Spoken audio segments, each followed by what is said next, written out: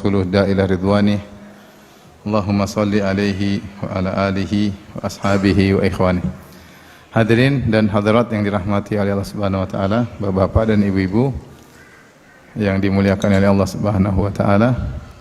Pada kesempatan kali ini kita akan membahas kajian dengan tema masuk surga bersama keluarga ya. Masuk surga bersama keluarga. Tentunya di antara nikmat yang besar yang Allah berikan kepada kita adalah memiliki keluarga, memiliki pasangan, terlebih lagi jika dianugerahi dengan anak-anak.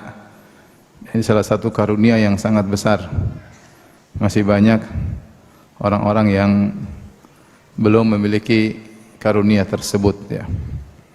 Masih banyak yang jomblo dan jomblowati ya. Makanya di antara kenikmatan yang Allah sebutkan di Al-Quran, kenikmatan di akhirat adalah kenikmatan berkeluarga. Kenikmatan berkeluarga. Karenanya Allah Subhanahu wa taala ketika berfirman tentang para penghuni surga, Allah berfirman dalam surat Ar-Ra'd, "Jannatu adnin yadkhulunaha wa man salaha min abaihim wa azwajihim wa dzurriyyatihim wal malaikatu yadkhuluna 'alaihim min kulli bab. Salamun alaikum bima sabartum fa ni'ma uqbad dar." Dalam surat Ar-Ra'd Allah berfirman, surga Aden, yaitu surga yang kekal abadi, yang kenikmatannya abadi, penghuni juga abadi. Yadkhulunaha, mereka masuk dalam surga tersebut. Wa man salaha min abaihim wa azwajihim wa dzurriyyatihim. Demikian juga orang-orang yang saleh dari kalangan orang tua mereka, pasangan-pasangan mereka, istri-istri mereka, dan anak-anak mereka. Dan malaikat masuk menemui mereka dari setiap pintu dengan berkata, keselamatan atas kalian masuk surga karena kesabaran kalian. Sungguh surga adalah tempat kesudahan yang terbaik. Di sini Allah menyebutkan bahwasanya ketika kaum mukminin masuk surga, mereka masuk surga bersama orang tua mereka yang saleh, istri dan anak-anak. Sehingga di antara kesempurnaan kenikmatan dalam surga adalah masuk surga bersama keluarga. Demikian juga hal ini diketahui oleh malaikat. Allah sebutkan di antara doa malaikat yang memikul arsy dan di sekitar arsy dalam surat Ghafir, kata Allah Subhanahu wa taala, "Alladzina yahmiluna al-arsya wa man hawlahu yusabbihuna bihamdi rabbihim wa yu'minuna bihi wa yastaghfiruna lilladzina amanu Rabbana wasi'ta kulla syai'in rahmatan wa ilma faghfir lil ladzina tabu wattaba'u sabilaka wa qihim adzabal jahim. Rabbana wa adkhilhum jannati 'adnin allati wa'adtahum wa man salaha min abaihim wa azwajihim wa dhurriyyatihim innaka antal azizul hakim wa qihimus sayyi'at." Kata Allah Subhanahu wa taala, dan para malaikat yang memikul arsy dan juga para malaikat yang berada di sekitar arsy, mereka bertasbih kepada Allah Subhanahu wa taala dan mereka beriman kepada Allah dan mereka memohonkan ampunan buat orang-orang yang beriman. Mereka berdoa, "Ya Rabb kami, sungguhnya rahmat-Mu dan ilmu meliputi segala sesuatu. Faghfir lil ladzina tabu, ampunilah orang-orang yang bertobat dan juga yang mengikuti jalan-Mu. Kemudian ya Rabbku, Rabb kami, jauhkanlah mereka dari azab neraka jahanam dan masukkanlah mereka ke dalam surga Aden, yaitu surga yang abadi. Demikian juga masukkanlah orang tua mereka yang saleh, istri-istri mereka yang saleh dan anak-anak mereka yang saleh." Di sini malaikat berdoa agar ketika orang-orang beriman masuk surga bukan cuma mereka aja, tapi agar Allah juga menyertakan keluarga orang-orang beriman tersebut. Tentunya ini adalah salah satu kesempurnaan nikmat surga. Beda ketika seorang masuk surga tanpa keluarga dengan masuk surga bersama dengan keluarga. Karenanya dalam Al-Quran Allah menyuruh agar seorang tidak egois ketika masuk surga. Jangan dia mikir dirinya sendiri ya. Jangan seorang laki berkata, "Saya enggak peduli dengan istri dan anakku. Kalau istriku bandel, istriku kurang ajar, biarin aja. Di surga kan banyak bidadari. Emang gue pikirin," katanya. Biar aja istri masuk neraka. Enggak, bukan begitu cara berpikir. Allah melarang untuk egois. Oleh karenanya Allah memerintahkan orang-orang beriman untuk mengajak keluarganya masuk surga bersama. Di antaranya firman Allah Subhanahu wa taala, "Ya ayyuhalladzina amanu qu anfusakum wa ahlikum nara." Wahai orang yang beriman, jagalah diri kalian dan keluarga kalian dari azab neraka jahanam. Allah tidak mengatakan jagalah diri kalian dari neraka jahanam, tidak. Tapi Allah mengatakan jagalah diri kalian dan keluarga kalian, itu anak istri kalian jaga jangan sampai masuk dalam neraka. Ini mengkonsekuensikan bahwasanya dia tidak hanya memikirkan dirinya sendiri, bahkan Allah pikulkan tanggung jawab beban di atas pundaknya untuk mengajak anak istrinya masuk surga dan terhalangi dari neraka jahanam. Artinya, kalau dia cuek, dia hanya mikir dirinya sendiri, maka dia juga tidak akan selamat. Karena anak istrinya adalah tanggung jawabnya. Makanya datang dalam bentuk perintah. Ya ayyuhalladzina amanu qu anfusakum wa ahlikum nara. Wahai orang beriman, jagalah diri kalian dan keluarga kalian dari neraka jahanam. Ini Allah sebutkan tentang bahaya neraka. Wa quduhan nasu wal hijarah 'alaiha malaikatun ghiladhun shidad. Yang di neraka tersebut, ya, bahan bakarnya adalah manusia dan batu. Artinya manusia kalau dibakar di neraka, dia terbakar dan dia juga membakar. Seperti kayu kalau kita bakar, dia terbakar dan dia juga mengeluarkan api. Manusia. Wal hijarah, dan juga batu yang ikut membakar. 'Alaiha malaikatun ghiladhun shidad. Pada neraka tersebut ada malaikat-malaikat yang ghilad shidad, yang kasar dan keras. Sikapnya keras, perkataannya kasar, lengkap. Sikapnya keras dan perkataannya kasar, tidak ada basa-basi keras. La ya'sunallaha ma amarahum, yang mereka tidak pernah membangkang kepada Allah atas apa yang Allah perintahkan kepada mereka. Wa yaf'aluna ma yu'marun, dan mereka mengerjakan apa yang diperintahkan. Itu Allah yang mengingatkan, kalau sudah masuk neraka tidak mungkin malaikat diajak kompromi, enggak ada. Hati-hati. Kalau dia masuk neraka, malaikat tersebut keras, kenceng, perkataannya menyakitkan, sikapnya keras, taat kepada Allah, tidak bisa diajak kompromi. Makanya ketika penghuni neraka mencoba untuk mengajak kompromi kepada malaikat, ya, mereka minta untuk dimatikan. Wa nadaw ya Malik liyaqdi alaina rabbuk qala innakum makithun. Mereka berkata, wahai malaikat Malik, mintalah kepada Allah agar mematikan kami, tersiksa kami, mending mati. Kata malaikat Malik, innakum makithun, tidak ada mati, kalian akan situ selama-lamanya. Subhanallah, tidak bisa diajak kompromi. Mereka juga berkata, penghuni neraka berkata kepada, wa qala alladziina kafaru li khazanati jahannam ud'u rabbakum yukhaffif 'anna yawman minal adzab. Berkata penghuni neraka kepada penjaga neraka, mintalah kepada Rabb kalian agar mengurangi azab kami meskipun hanya sehari. Tidak dikasih. Malaikat tidak bisa diajak kompromi. Makanya Allah ingatkan, hati-hati, selamatkan diri kalian dan anak istri kalian dari neraka yang bahan bakarnya manusia dan batu, kemudian penjaganya keras, kasar, dan tidak bisa diajak kompromi. Taib. Ini menunjukkan bahwasanya beban untuk mengajak anak istri agar selamat dari neraka dibebankan kepada kepala rumah tangga, itu kepada suami. Demikian juga dalam ayat yang lain, di akhir surat Thaha, kata Allah Subhanahu wa taala, wa'mur ahlaka bis-salati wastabir 'alaiha la nas'aluka rizqan nahnu narzuquk wal 'aqibatu litaqwa. Kata Allah Subhanahu wa taala, perintahkanlah keluarga kalian, yaitu anak istri kalian, bis salat, untuk salat, perintah. Ya, wa'mur ahlaka bis salati wastabir 'alaiha, dan tambahkanlah kesabaran untuk salat. Ya, sabar, kau bersabar, kau sendiri bersabar untuk salat.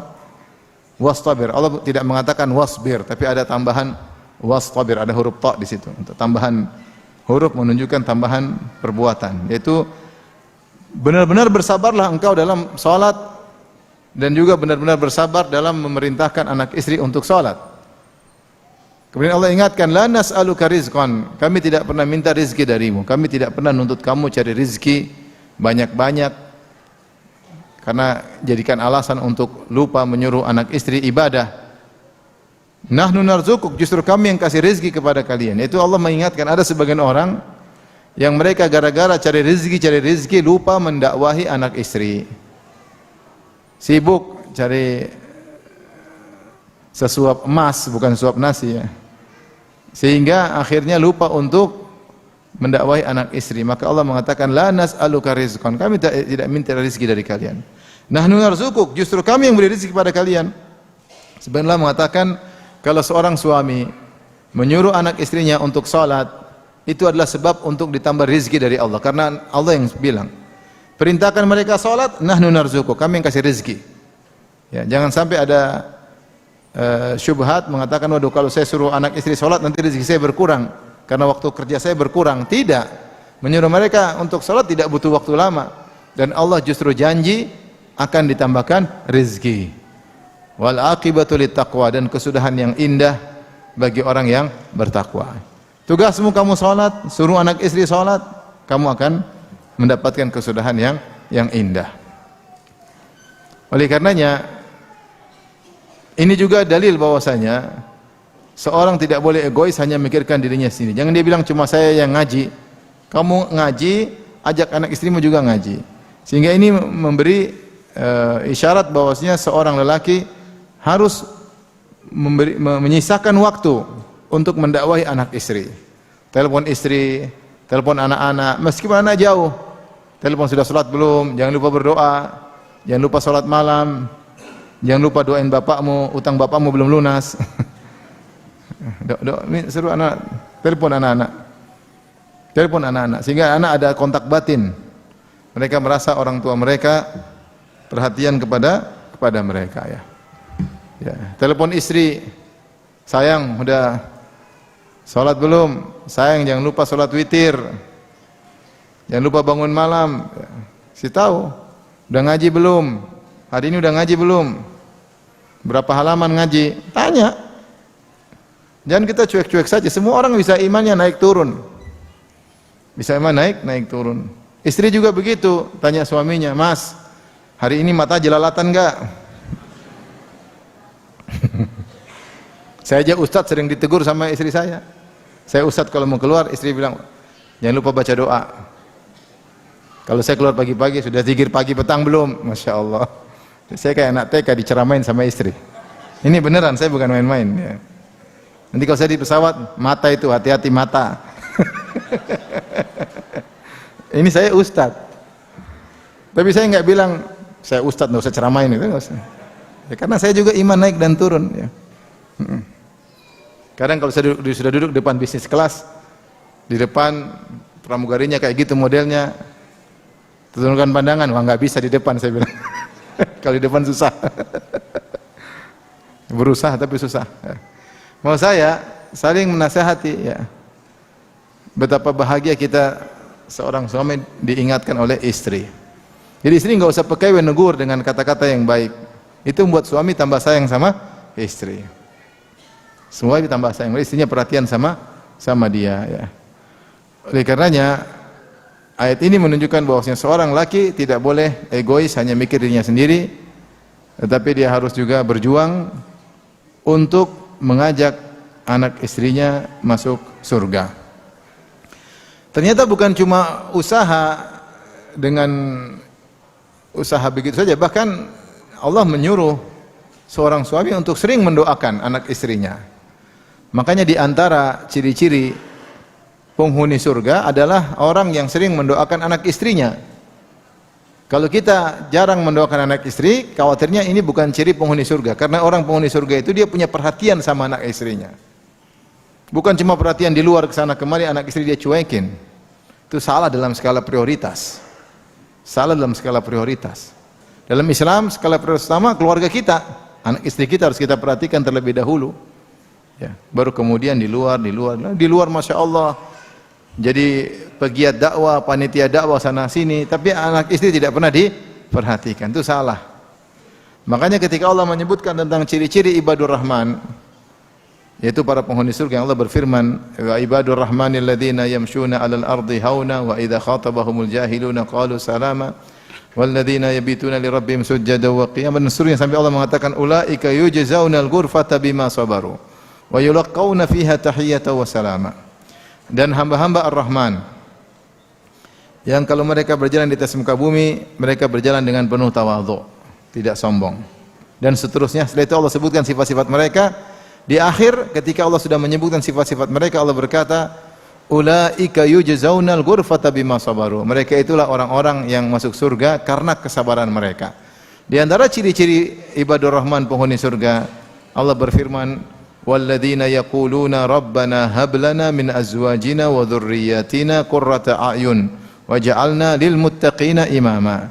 Dan orang-orang yang senantiasa berdoa, ya Rabb kami, jadikanlah istri kami dan anak kami, jadikanlah istri-istri kami dan anak-anak kami qurrata a'yun, yaitu penyejuk pandangan mata kami, ya, yaitu anak-anak yang soleh dan istri-istri yang solehah. Waj'alnil muttaqina imama, dan jadikanlah kami sebagai teladan bagi orang-orang yang beriman. Di sini Allah menggunakan fi'il mudhari' walladzina yaqulun, dan orang-orang yang senantiasa berdoa. Fi'il mudhari' itu menunjukkan continuous tense, ya, dan menunjukkan tajaddudal fi'il. Tajaddudal fi'il yaitu fi'il perbuatan yang berulang-ulang. Jadi sering berdoa dalam kesehariannya dengan doa tersebut.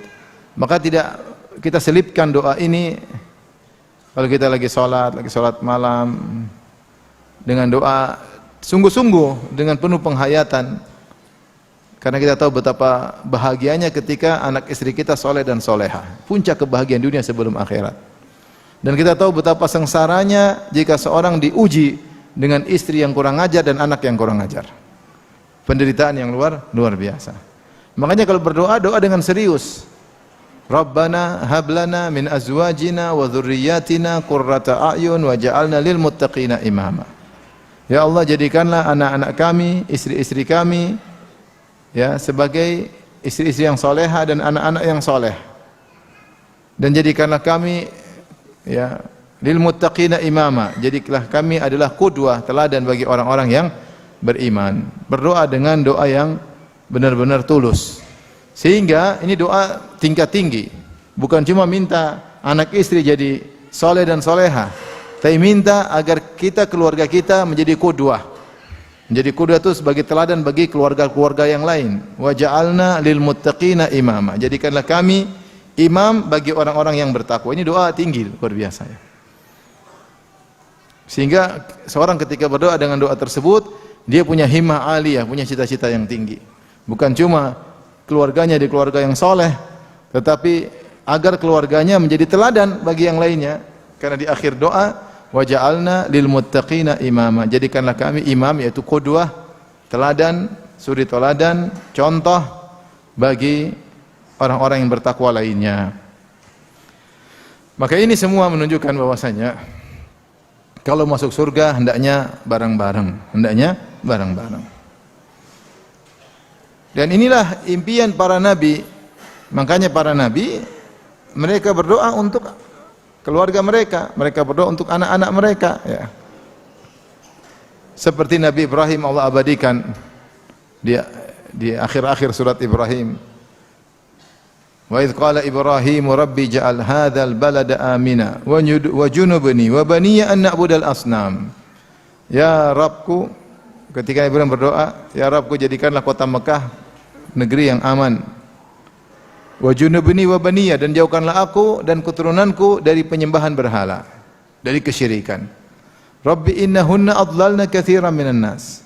Sungguhnya berhala-berhala banyak menyesatkan manusia. Faman tabi'ahu fa innahu minni wa man 'asani fa innahu ghafurur rahim. Rabbana inni askantu min dzurriyyati biwadin ghairi dzi zar'in 'inda baitikal muharram. Rabbana liyuqimus shalah. Ya Allah, aku letakkan putraku di lembah yang kering, yang tandus. Buat apa? Liyuqimus salat, agar mereka menegakkan salat di sini, menegakkan salat di Mekah. Itu Nabi Ismail. Waj'al afidatan minan nasi tahwi ilaihim warzuqhum minats thamarati la'allahum yashkurun. Ya Allah, jadikanlah hati-hati manusia condong kepada mereka, selalu rindu ke Mekah. Dan berikan rezeki kepada mereka agar mereka menjadi orang yang bersyukur. Lihat, berikan rezeki kepada anak-anakku supaya pandai bersyukur, bukan supaya hidup mewah-mewah, bukan supaya kayak gaya-gayaan, ya. Bukan supaya ugal-ugalan, ya, enggak. Kemudian dia berdoa lagi. Dia berkata, Rabbi ja'alni muqimas salati wa min dzurriyyati. Dia ulangi lagi. Ya Allah, jadikanlah aku dan anak keturunanku penegak salat. Rabbi ja'alni muqimas salat. Jadikanlah aku penegak salat. Muqim itu isim fa'il, senantiasa salat. Wa min dzurriyyati, dan juga anak keturunanku. Ya. Nabi Ibrahim mendoakan. Jadi Rabbana ighfirli wa liwalidayya walil mu'minin, ya Allah ampunilah aku dan kedua orang tuaku. Dia juga mendoakan kedua orang tuanya, meskipun bapaknya akhirnya tidak bisa didoakan karena meninggal dalam kondisi musyrik. Tapi Ibrahim alaihissalam dalam doa-doanya dia perhatian sama keluarganya, mendoakan anak-anaknya. Ya. Makanya ketika Allah memuji Ibrahim dalam surat Al-Baqarah, Allah berfirman, wa idza batala Ibrahima rabbuhu bikalimatin fa'atammahun qala inni ja'iluka lin-nasi imama qala wa min dzurriyyati qala la yanalu ahdidz zalimin. Allah berkata, ketika Allah menguji Ibrahim dengan berbagai macam perintah, fa'atammahun, dan Ibrahim menjalankan perintah-perintah tersebut dengan sempurna. Subhanallah. Allah suruh Ibrahim begini, Ibrahim kerjain. Suruh begini, Ibrahim kerjain. Suruh begini, semua yang disuruh oleh Allah, Nabi Ibrahim kerjain. Dan berat-berat. Berat-berat. Ibrahim aja sunat usia berapa? Dia usia udah puluhan tahun baru sunat, dia sunat. Kemudian Ibrahim alaihissalam, ya, disuruh bawa istrinya, anak istrinya pergi ke Mekah, anak pertamanya yang sangat dia nanti-nantikan, puluhan tahun dia nantikan, dia jalankan. Ibrahim disuruh meninggalkan negerinya Babil, meninggalkan orang tuanya, kampung halamannya, dia kerjakan. Ibrahim disuruh nyembelih anaknya, dia kerjakan. Semua perintah Allah dia kerjakan dengan sempurna. Setelah itu Allah mengatakan untuk memberi balasan kepada Ibrahim di dunia, ini ja'iluka linnasi imama. Aku akan menjadikan engkau sebagai pemimpin bagi manusia. Ibrahim langsung menimpali Allah, berkata, qala min dzurriyyati, jangan saya aja ya Allah yang jadikan pemimpin, anak-anakku juga. Dia doain anak-anaknya, anak-anakku juga. Allah berfirman, qala la yanalu ahdidz zalimin, janjiku tidak mengenai orang zalim. Artinya ada anak-anakmu jadi pemimpin, ada yang tidak. Tapi menjadi perhatian kita di sini, Ibrahim mendoakan apa? Anak-anaknya, anak keturunannya. Jadi mau saya, seorang yang soleh, dia harusnya perhatian sama anak istrinya. Terlebih lagi Nabi SAW berkata, kullukum mas'ulun wa kullukum mas'ulun an ra'iyatihi. Setiap kalian adalah mas'ul. Mas'ul itu dimintai pertanggungjawaban, akan dihisab, akan diberdirikan di hadapan Allah untuk ditanya, dihisab. Wa kullukum mas'ulun an ra'iyatihi, dan setiap kalian akan dimintai pertanggungjawab atas bawahannya. Bukankah kita kepala keluarga punya bawahan? Istri kita, anak kita, itu adalah anggota keluarga kita. Kita sebagai pemimpin rumah tangga, maka kita pasti akan ditanya. Bukan ditanya cuma sudah kasih makan belum, tidak. Bagaimana pendidikannya, bagaimana agamanya, akan ditanya oleh Allah Subhanahu wa taala. Akan ditanya. Oleh karenanya jangan sampai kita salah dalam skala prioritas, perhatian sama yang jauh, sementara orang rumah, anak istri tidak kita perhatikan. Bagaimana kita semangat mendidik istri orang lain, istri sendiri tidak kita didik. Bagaimana kita semangat mendidik anak orang lain, anak kita sendiri tidak kita didik. Ini salah dalam skala prioritas.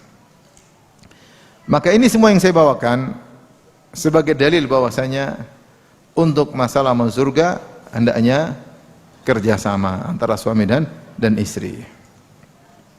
Karenanya banyak hadis yang menunjukkan juga akan hal ini,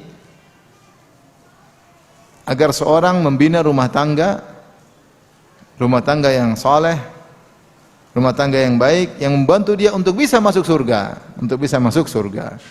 Seperti misalnya Rasulullah SAW menyuruh para pemuda atau para jomblo untuk mencari pasangan yang soleh dan solehah. Seperti sabda Nabi SAW, tungkahul mar'ah li arba', wanita dinikahi karena 4 perkara. Li jamaliha, karena cantiknya, wali maliha, karena hartanya, wali hasabiha, karena harkat dan martabatnya, mungkin pejabat, mungkin orang terpandang, walidiniha, dan karena agamanya. Fadhfar bidzatid din taribat yadak. Maka menanglah engkau dengan mendapat wanita karena agamanya, jika tidak kau akan merugi. Kenapa Rasulullah menyuruh kita laki-laki untuk mendapatkan wanita yang soleha? Agar kita bisa masuk surga dengan dia. Agar kita bisa membina rumah tangga yang baik yang mendatangkan kebahagiaan. Ya.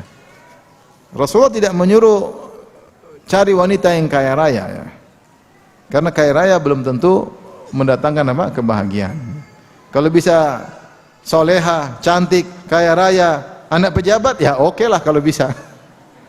Kalau nggak bisa, yang pertama yang penting soleha. Itulah yang bisa membuat kita, mengingatkan kita, menegur kita, bekerja sama dengan kita dalam rangka untuk masuk surga. Makanya Rasulullah SAW juga bersabda, liyattakhidh ahadukum qalban syakiran wa lisanan dzakiran wa zaujatan tu'inuhu ala amril akhirah. Hendaknya kalian memiliki hati yang senantiasa bersyukur, lisan yang senantiasa berzikir, dan hendaknya memiliki istri yang membantunya untuk urusan akhirat. Istri yang membantunya untuk urusan akhirat. Jadi Rasulullah menyuruh kerjasama suami istri.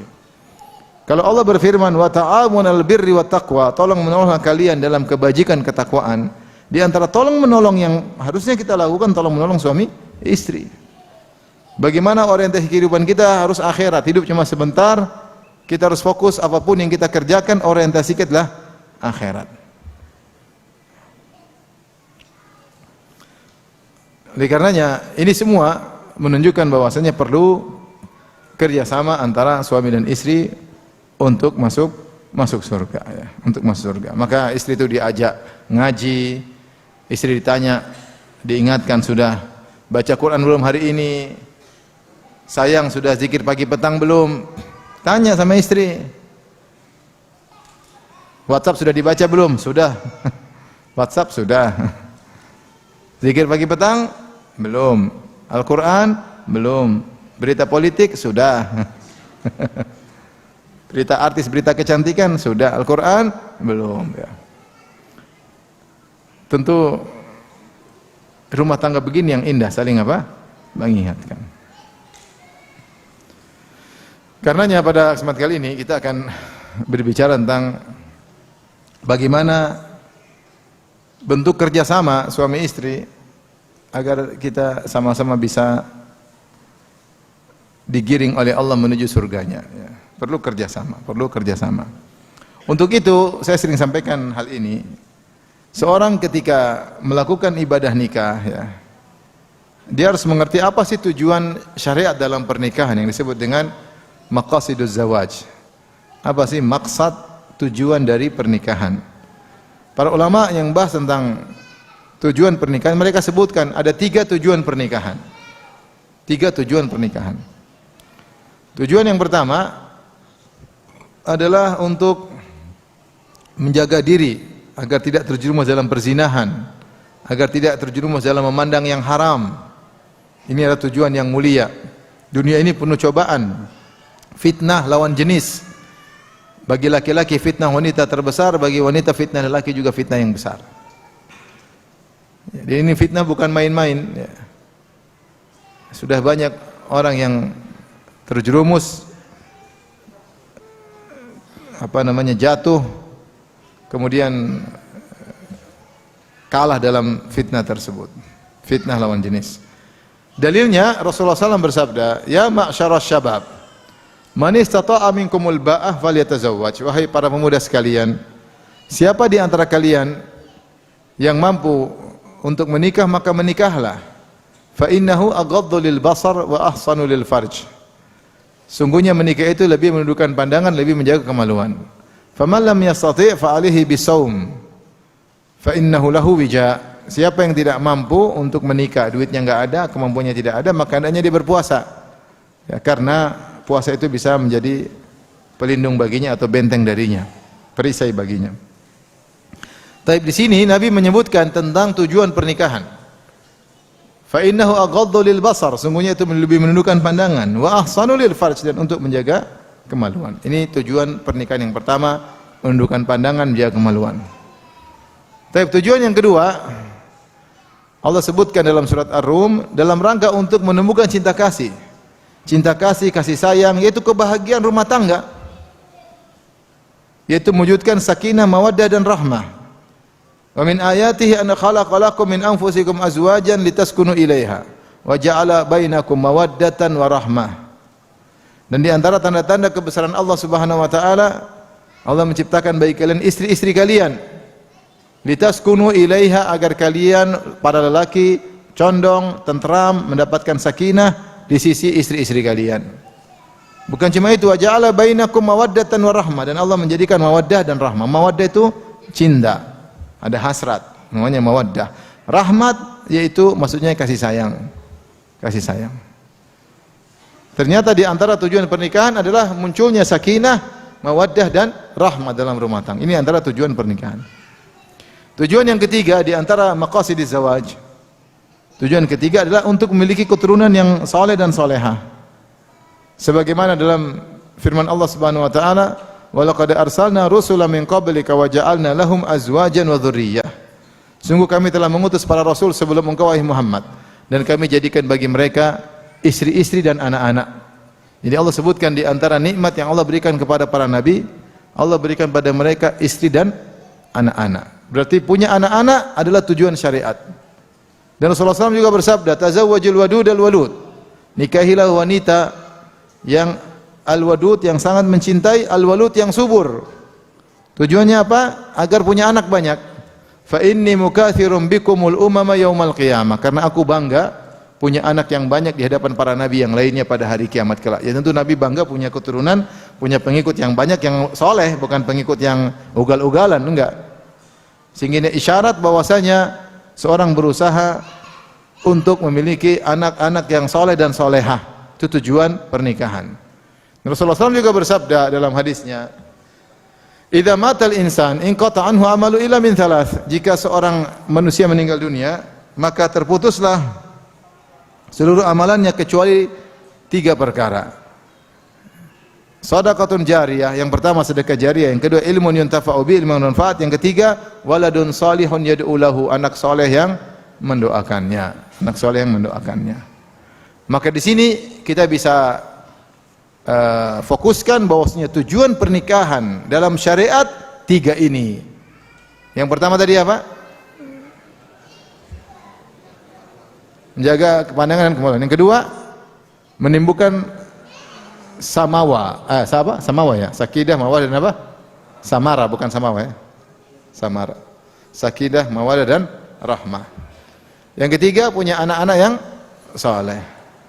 Kemudian kita bawa pada kaidah fiqhiyah yang menyatakan bahwasanya al-umur bimaqasidiha. Perkara-perkara tergantung niatnya, perkara-perkara tergantung niatnya.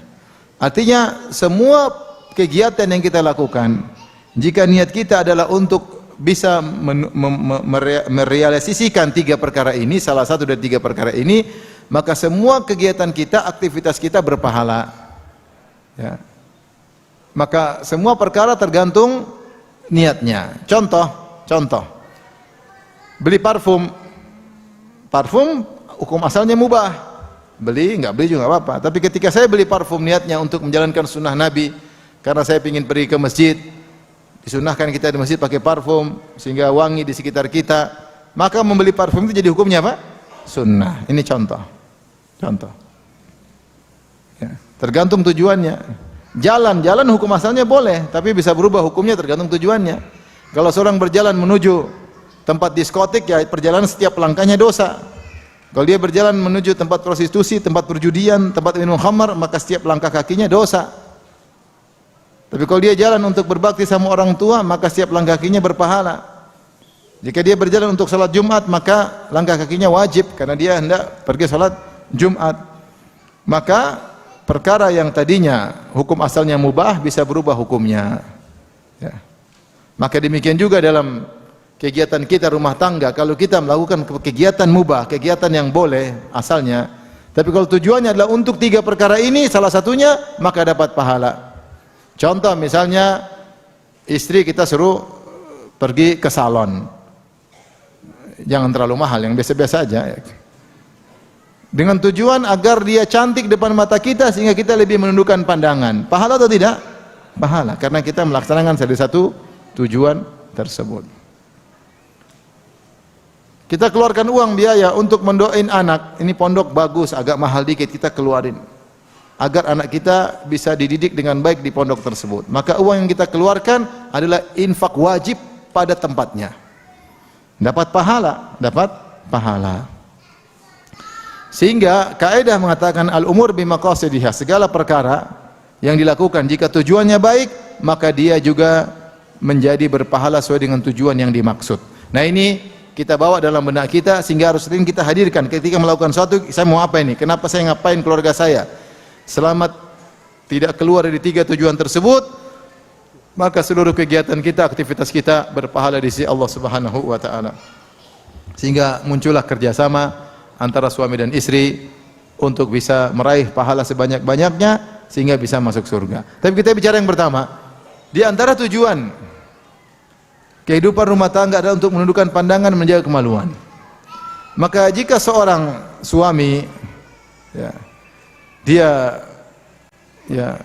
melakukan aktivitas demi untuk hal ini, dia ingin menyenangkan istrinya, dia jaga kesehatan tubuhnya misalnya, dia jaga penampilan di hadapan istrinya, sebagian perkataan Ibnu Umar, inni uhibbu an atazayyana lil mar'ah kama uhibbu an tatazayyana li.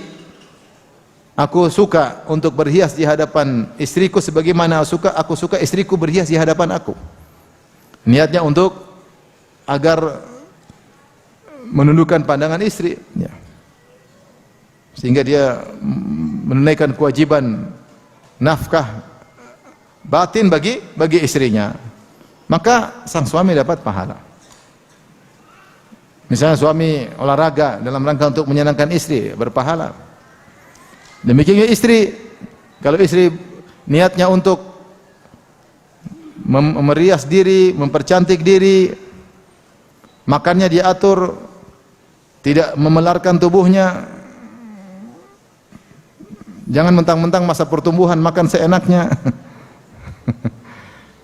Dalam rangka menyenangkan suaminya, dia dapat pahala. Dia olahraga, dia fitness, dia olahraga, senam, ini semua berpahala kalau diniatkan untuk melaksanakan tujuan dari pernikahan, menundukkan pandangan suaminya. Makanya di antara poin yang sangat ditekankan oleh Nabi sallallahu alaihi wasallam yaitu bagaimana istri memenuhi ajakan suaminya. Karena ini di antara pelaksanaan tujuan dari pernikahan. Sampai Rasulullah SAW berkata, "Idza da'a ar-rajulu imra'atahu ila firashihi fa'abat fabata ghadban la'anat hal malaikatu hatta tusbih." Jika seorang suami mengajak istrinya untuk berhubungan intim, kemudian istrinya tidak mau, lantas suaminya tidur dalam kondisi marah, maka wanita ini dilaknat oleh malaikat sampai pagi hari. Mengerikan.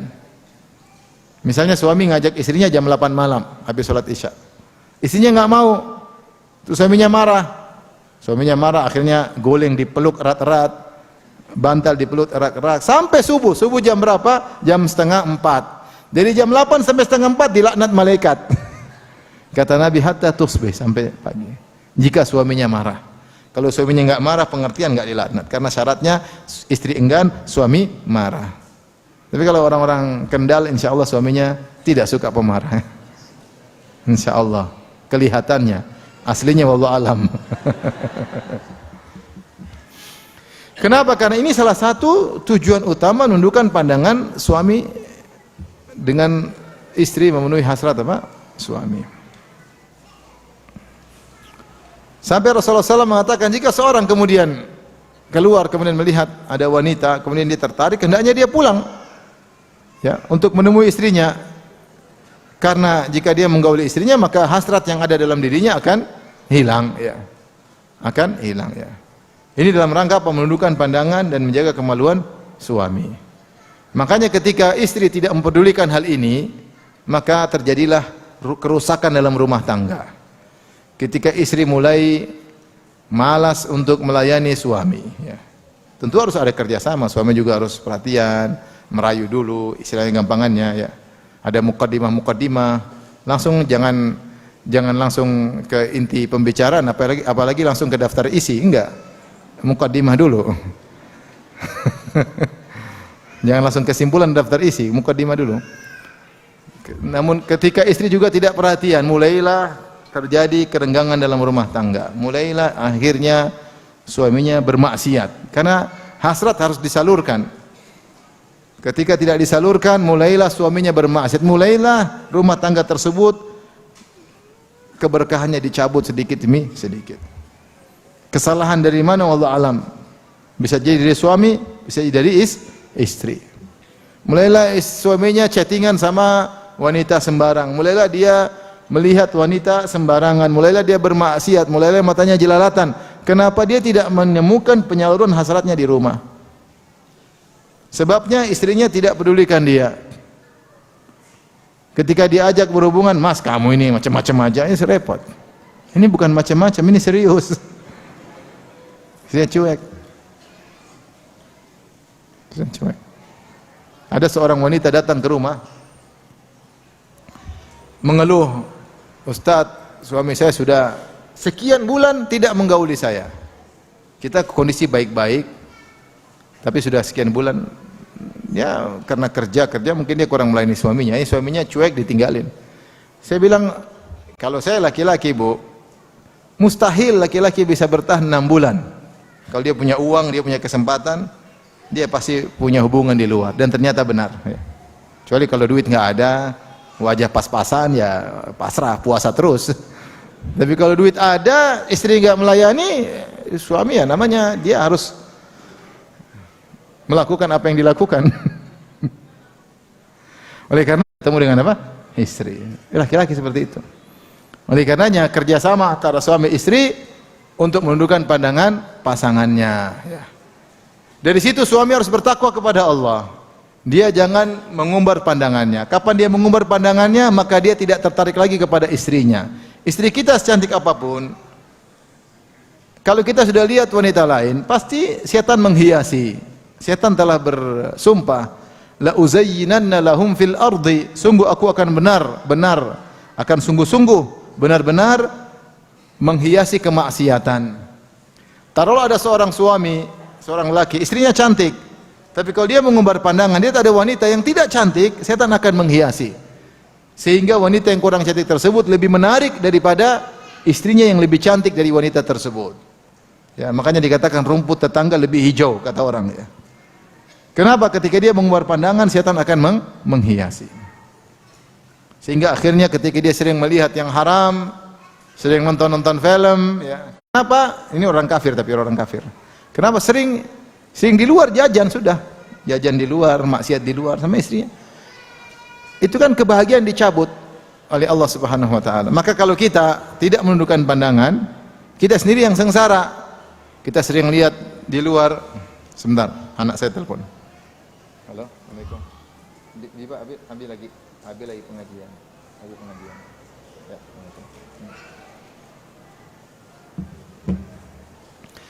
jadi ini fitnah yang terjadi zaman sekarang, yang membuat keberkahan rumah tangga dicabut oleh Allah ketika sang suami tidak menundukkan pandangan. Matanya jelalatan. Ketika matanya jelalatan melihat sesuatu yang cantik, dia tidak bisa menciumnya, cuma ngiler ngelihat. Bukankah itu penderitaan? Antum lapar lihat ayam bakar, terus tapi antum nggak bisa beli, itu penderitaan nggak? Pulang ke rumah makan telur nggak enak, itu kan penderitaan. Yang enak itu ada ayam enak, kita tundukkan pandangan, kita lapar, pulang ke rumah dapat telur enak makannya, itu kan kebahagiaan. Ini maksudnya logika sederhana. Seorang lagi ketika mengeluarkan pandangan, lihat wanita cantik, lihat di medsos cantik, pulang ke rumah lihat istri, waduh, hasrat nggak ada. Ketika dia berhasrat, dia tidak bisa menyalurkan karena dia tidak berhasrat lagi sama istri. Ini penderitaan bagi dia, gara-gara maksiat yang dia lakukan. Tapi kalau dia menundukkan pandangan, setiap lihat istri dia berhasrat, setiap istri dia berhasrat, dia bahagia, sehingga dia bisa benar-benar menikmati kenikmatan yang Allah berikan halal bagi dia. Makanya banyaklah berdoa, Allahumma kfini bihalalika an haramika wa aghnini bifadlika amman siwak. Ya Allah, cukupkanlah aku dengan apa yang Kau halalkan kepadaku sehingga aku tidak butuh dengan yang haram-haram, baik urusan materi maupun urusan wanita. Cukupkanlah aku dengan yang halal. Hati-hati, ini fitnah banyak merusak rumah tangga. Gara-gara laki tidak menundukkan apa? Pandangan. Nanti kalau sudah tidak tundukkan pandangan, maksiat terus, mulai cari alasan, mau poligami lah, sunnah Nabi lah. Padahal dia yang kurang ajar. Demikian juga di antara yang merusak rumah tangga ketika istri juga bermaksiat, suka nonton film Korea, film India, nonton film Korea, lihat cowok-cowok cantik-cantik, putih-putih, sipit-sipit, keren-keren, rambutnya gemulai, bibirnya merah-merah, ya. Begitu pulang lihat suami kayak donat gosong.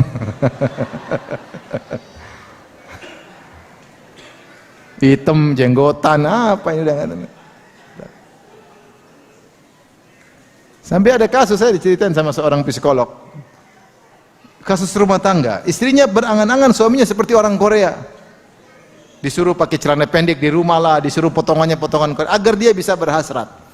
Kenapa? Hatinya sudah rusak, kebanyakan lihat yang tidak diperbolehkan. Maka di antara tujuan pernikahan adalah menundukkan pandangan kita dan pandangan pasangan kita. Maka kita siang hari khawatir kalau kalian pulang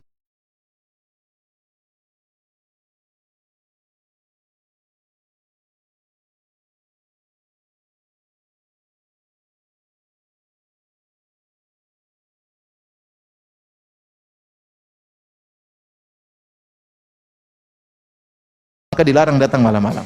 Artinya mereka dulu kalau suami nggak di rumah mereka tidak begitu perhatian sama kecantikan. Tapi kalau suami di rumah mereka benar-benar perhatian. Demikian juga ketika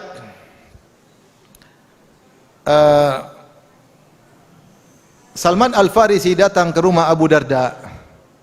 Ternyata wajada Ummu Darda mutabadzilatan. Salman mendapati Ummu Darda pakaiannya semerawut. Maka dia bertanya, "Ma sya'nuki? Ada apa engkau?" Ini maksudnya Salman ingin memberitahukan kepada kita, bukan kebiasaan Ummu Darda penampilannya tidak rapi. Dia tanya kenapa? Kata Ummu Darda, "Akhuka Abu Darda laisa lahu hajatun ila dunya." Saudaramu, kawan dekatmu Abu Darda tidak ada hasrat kepada saya. Ngapain saya rapi-rapi? Karena Abu Darda ternyata kalau siang puasa, kalau malam sholat malam, terlalu rajin ibadah, sehingga tidak hasrat sama istrinya. Maka akhirnya ditegur oleh Nabi Shallallahu Alaihi Wasallam, ditegur oleh Salman, kemudian ditegur oleh Nabi Shallallahu Alaihi Wasallam. Tapi ingin saya sampaikan di sini, bagaimana kebiasaan para wanita dahulu kalau suaminya di rumah, mereka bersiap untuk melayani suami. Sampai Rasulullah SAW melarang, la yahilu limra'atin, tidak halal bagi seorang wanita untuk berpuasa sunnah wa zawjuha hadir, sementara suaminya tidak safar. Tidak boleh bagi dia untuk puasa sunnah illa biiznihi, kecuali suaminya kasih izin, kecuali suaminya izinkan. Tidak boleh tiba-tiba wanita puasa Senin Kemis, suaminya ingin berhasrat hari Senin puasa bang, waduh. Hari Selasa Rebu suaminya nggak hasrat karena keluar rumah, balik Kemis ternyata istrinya puasa lagi. Udahlah besok saya nggak usah safar. Ternyata istrinya puasa Daud. Dicari hari yang pas, ternyata istrinya qadha. Repot. Terus kapan mau berhubungan? Oleh karenanya, saking agungnya melayani suami, sampai melayani suami lebih afdol dari puasa sunnah, daripada puasa sunnah. Puasa sunnah dapat pahala, tapi tidak boleh dilakukan kecuali kalau suami izinkan. Sampai disebutkan Aisyah radhiyallahu taala anha tidak bisa mengqadha puasa Ramadan kecuali di bulan Sya'ban. Kenapa? Lima kanatir Rasulullah sallallahu alaihi wasallam, karena kedudukan Rasulullah. Kata sebagian ulama, Aisyah khawatir Rasulullah SAW ingin bergaul dengan dia, sementara dia tidak ingin membuat Nabi tidak enak, pekewuh. Sehingga kapan Nabi mau dilayani oleh Aisyah, Aisyah selalu siap. Sehingga dia menunda qadha puasanya. Ya. Oleh karenanya ini menunjukkan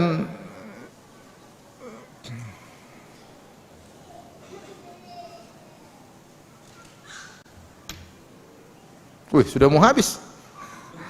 Yang benar ini. Ini baru poin pertama, belum. Baik, qadarullah sudah mau habis waktunya. Jadi maksud saya untuk menuju kepada tujuan maqsadul awal, tujuan pertama pernikahan adalah menundukkan pandangan dan menjaga kemaluan. Ini sangat penting untuk diperhatikan. Perlu kerjasama suami istri, semangati istri, semangati suami. Suami keluarkan uang, ayo sayang ke salon, ayo sayang senam, olahraga, nggak apa-apa, sehingga tetap energik ya untuk bisa melayani suami, dan suami pun demikian. Ini perlu kerjasama ya, perlu kerjasama sehingga suami bisa menundukkan pandangan, sebagaimana istri bisa juga menundukkan pandangan. Tapi yang kedua, kita singkatkan aja, di antara tujuan pernikahan adalah sakinah, mawaddah dan rahmah. Maka semua aktivitas kita dalam rumah tangga untuk mendapatkan sakinah, mawaddah, rahmah dapat pahala. Makanya di antara rumah yang berkah adalah rumah yang tenang, tidak teriak-teriak, tidak ribut-ribut, tidak angkat suara. Karena sikap ribut-ribut, angkat suara, teriak-teriak ini menghilangkan sakinah, mawaddah dan rahmah. Rasulullah SAW bersabda, "Idza aradallahu bi ahli baitin khairan adkhala alaihimur rifqa." Kalau Allah menghendaki kebaikan pada suatu keluarga, Allah masukkan kelembutan dalam keluarga tersebut. Ada kelembutan. Ma zala rifqu fi syai'in illa zanah, wala yunzau an syai'in illa syanah.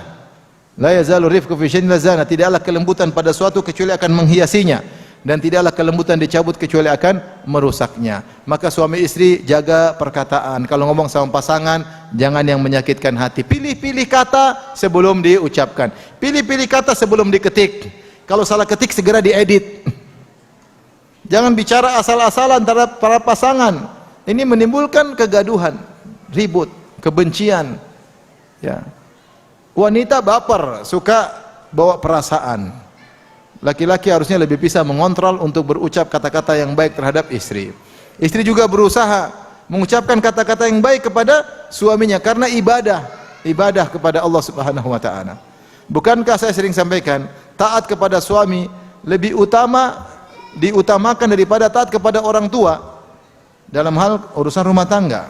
Maka seorang wanita ketika dia berkata-kata halus kepada orang tuanya, dia merasa dapat pahala, hendaknya dia hadirkan perasaan itu ketika dia berbicara dengan suaminya. Saya berbicara dengan lembut, lemah lembut, milih kata-kata, dapat pahala. Ummu Darda radhiyallahu taala anha, dia meriwayatkan hadis dari suaminya Abu Darda, Ummu Darda as-Sughra. Kalau dia meriwayatkan hadis, dia mengatakan haddatsani sayyidi, tuanku telah menyampaikan kepadaku suatu hadis. Yang dia maksud dengan sayyidi maksudnya suaminya. Sampai dia mengucapkan suaminya sayyidi, tuanku. Kenapa? Saking dia menghormati apa? Suaminya. Suami juga begitu sama istri. Ya.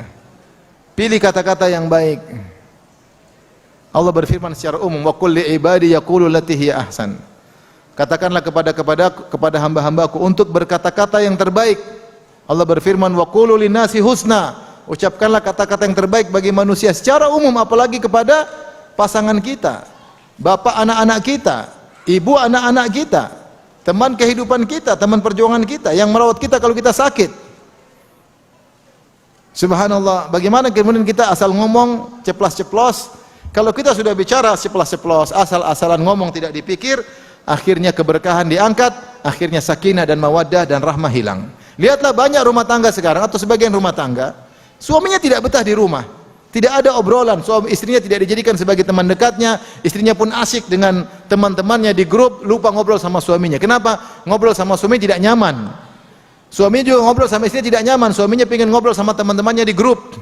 Apalagi kalau sudah grup poligami, wow, tambah semangat bicara.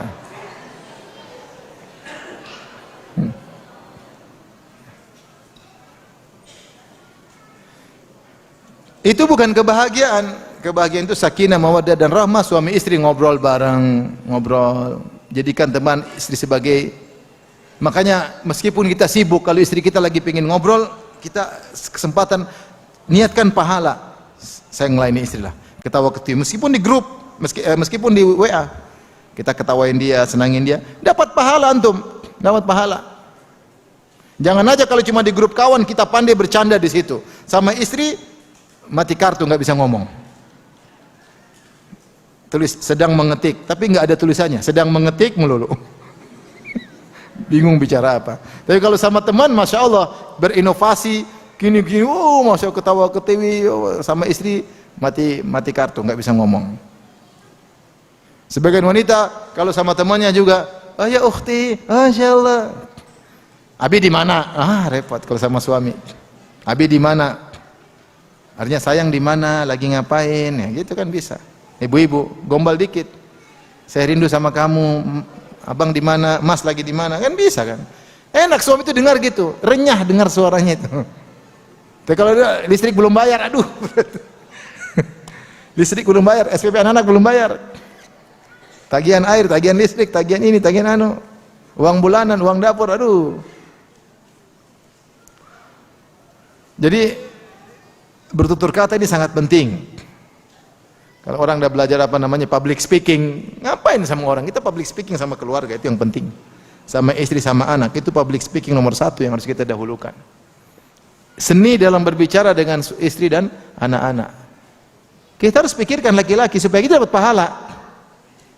Pahala tiap hari dapat pahala. Istri pun demikian, hendaknya dia pikirkan supaya terus dapat pahala bersama suaminya. Dengan demikian ada sakinah, mawaddah dan rahmah. Makanya saya bilang, kalau seorang laki-laki nyaman di rumah, setiap keluar rumah tidak betah, selalu pengen pulang ke rumah, itu laki-laki paling bahagia di dunia.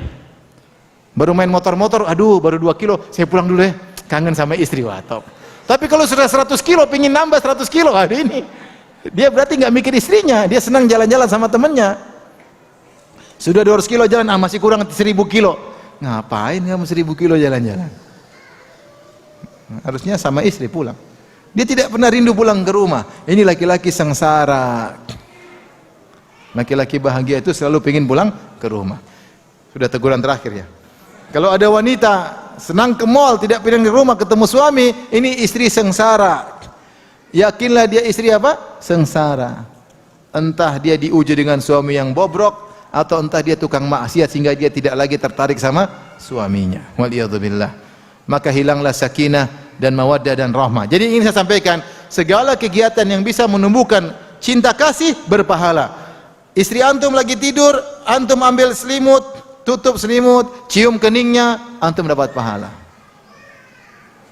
Kenapa? Istri merasa diperhatikan. Istri lagi tidur, antum elus-elus dahinya, jangan ditepuk-tepuk gini, enggak dielus-elus. Insyaallah kasih sayang. Istri suka itu. Ustaz kita udah tua, justru tua-tua itu yang asik. Bahagia, pahala ya, pahala. Masya Allah, sayang bangun subuh, sayang, dicium, sayang bangun, dicium, digoda sampai bangun subuh. Perempuan kayak apa sudah azan belum bangun-bangun? Sudah mau qomat masih tidur terus.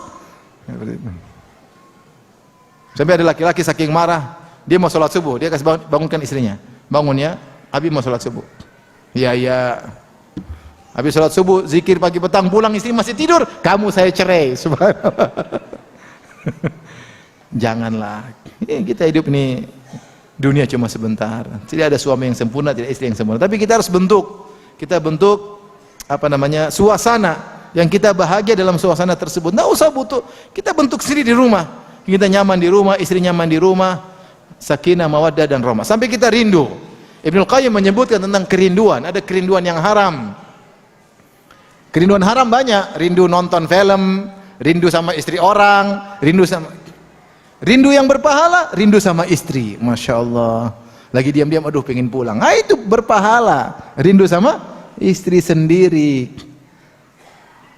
Apalagi yang dirinduin banyak. Ini rindu istri orang, gimana dosa? Ini rindu nonton film, nggak benar. Rindu dosa. Al-ishq, rindu yang halal berpahala, rindu sama istri. Kenapa kita bisa rindu ketika dalam rumah tangga sudah ada sakinah, mawaddah dan rahmah ya. Dan saya ingatkan pada ibu-ibu, untuk mendapatkan sakinah, mawaddah dan rahmah tidak mesti kita harus jadi wanita tercantik, enggak, akhlak yang mulia, tutur kata yang baik, pelayanan, itu semua menimbulkan sakinah, mawaddah dan rahmah. Bentuk penghormatan terhadap suami, Kalau suami panggil ya, Juminten dalam, gitu kan bisa. Dalam. Dalam. Ya Bi, sebentar ya Bi, sebentar ya Bi. Kamu kok lama sekali? Sebentar ya Bi. Kan bisa ngomongnya enak halus. Caranya bagaimana menarik hati suami? Insyaallah berpahala si Allah Subhanahu wa taala. Tapi karena waktu sudah habis ya. Sampai sini saja.